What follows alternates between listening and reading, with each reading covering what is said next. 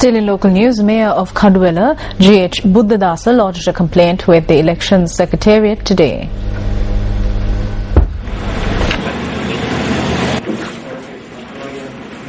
When inquiries were made, Elections Commissioner Mahinda Deshapriya said that he had received a complaint.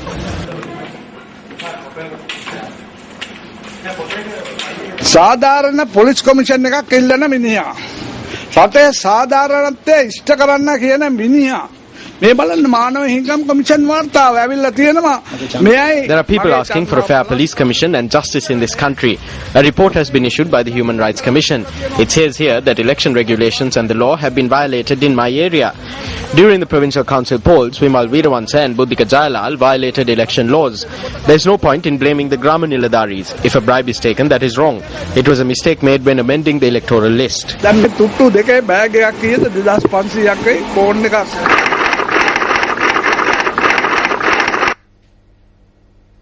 Parliamentarian Sujiva Senasinghe met with the Speaker of the UK House of Commons, John Bercow, in London recently. The meeting took place on the sidelines of the 62nd Westminster Seminar on Parliamentary Practice and Procedure organised by the Commonwealth Parliamentary Association, United Kingdom. They had held brief discussions on the post-war situation and the future of Sri Lanka and the Commonwealth.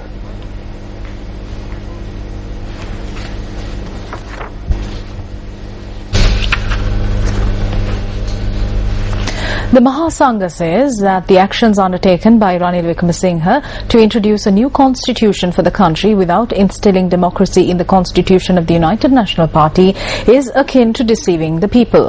The chairman of the United Bhikkhu Front, Venerable Mithiyagoda Gunaratana Thera, points out that prior to amending the country's constitution, Wickremesinghe should amend the dictatorial party constitution.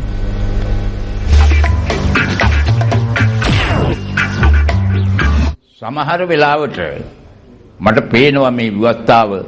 At times, I can see that all this talk about the constitution has become indigestible. This is because this constitution does not suit the country. It is the United Bhikkhu Front that first said that this constitution was wrong for the country. We still hold to that stance. As of recently, Ranil Wickremesinghe has also joined in this talk about the constitution. He says that he has made this constitution in accordance with Buddhist teachings. How can he make a constitution in accordance with Buddhist teachings? Has he given any positions to Buddhists during his time in power? For 19 years now, the United National Party has suffered defeat upon defeat. The constitution of the UNP is a dictatorial constitution. It has been made by Devdutt. What has come to the UNP through this constitution? Dictatorial rule. There is no democracy there. Now this failed leader, Ranil Wickremesinghe, is trying to lead the people astray. The UNP has never faced this much defeat. It is a prominent political party. Now it has been diluted. It has fallen continuously and is now at the lowest rung. Now they are looking at what they can do through this constitution, but it will not be successful. The people will not accept it. පල්ලෙහාඩියට වැටිලා තියෙන්නේ. දැන් මේ විවස්ථාවෙන් බලනවා කොහොමද මොකක්ද කරන්නේ. නමුත් ඒව සාර්ථක වෙන්නේ නැහැ. මහජනයා පිළිගන්නේ නැහැ.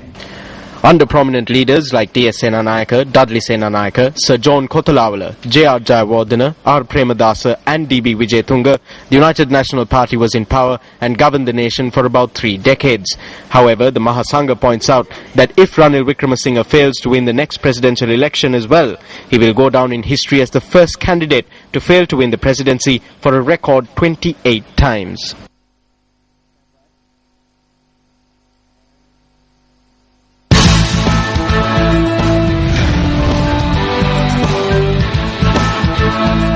Egypt is bracing for a showdown between the military and President Mohamed Morsi, who has rejected an army ultimatum to end a political crisis with his opponents vowing to stay in office. The ultimatum expired at 4:30 p.m. Egyptian time today. Earlier, the army leaked details of a roadmap that includes overthrowing Morsi, scrapping a draft and forming a government of independence headed by an army general.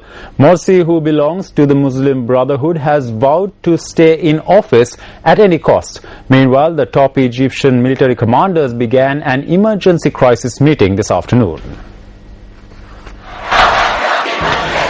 President Mohamed Morsi insists he is Egypt's legitimate leader and will not resign. In a defiant televised speech last evening, he too said he would give his life to defend constitutional legitimacy and blame the unrest on corruption and remnants of the ousted regime of Hosni Mubarak.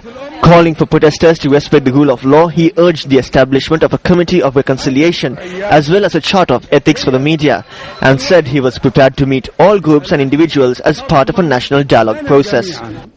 Media reports say the army's plan includes the outline for a new presidential election, the suspension of the new constitution, and the dissolution of parliament.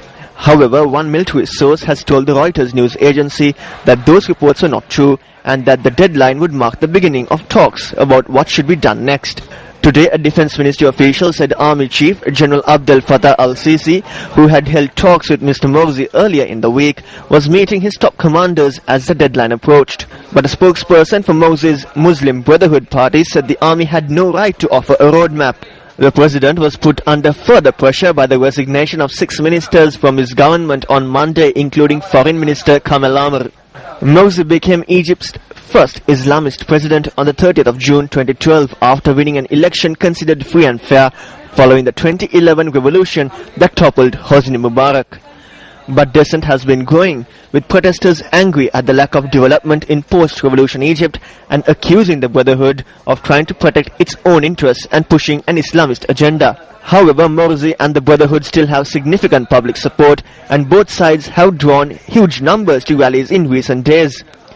Thousands gathered in Tahrir Square in central Cairo last afternoon to demand Morsi to step down. There were outbreaks of violence in several parts of the capital, with casualties reported at hospitals in the north, south and central of Cairo. Clashes were also reported in Alexandria, Egypt's second largest city.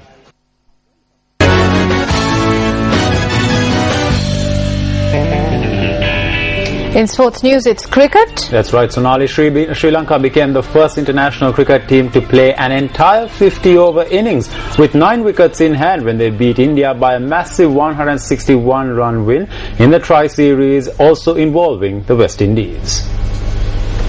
Invited to bat first in the game played in Kingston, Jamaica, Sri Lanka amassed a total of 348 runs for the loss of just 1 wicket in their allotted 50 overs. And chasing the massive target, India could only post 187 as they were bundled out in 44.5 overs. Sri Lankan opener Upul Tharanga, who played a brilliant innings, scored 174 in just 59 deliveries, achieving his 13th ODI century.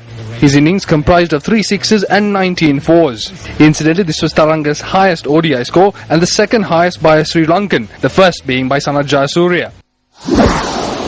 Former skipper Mahela Jayawardene reached his 16th ODI century, scoring 112 in 107 deliveries. It was his first century in 2 years. Skipper Angelo Matthews scored an unbeaten 44 in 29 balls. Ravindra Jadeja was the only Indian batsman to perform in the chase as he scored 49. Spinner Rangana Herath bagged 3 wickets for 37 runs in 10 overs, while Lasith Malinga bagged 2 Indian scalps of 40 in his 7 overs, while Sachitra Senanayake clinched 2 wickets of 46 in his full 10 overs. Thereby, Sri Lanka recorded their first win of the series and are placed second in the points table. Upul Tharanga was adjudged man of the match. Before we wrap up the news tonight, let's head to Southampton. Daredevil James Kingston thought hanging from a 250-foot crane in Southampton wasn't dangerous enough, so he decided to do it one-handed. The adrenaline junkie filmed his ill-advised stunt at the city's Ocean Village, saying he did not go up there to die. He went up there to live. He recorded himself with a body camera carrying out the death-defying feat. We must warn you, Kingston is a professional daredevil, so please do not try to imitate. From the News First team, good night.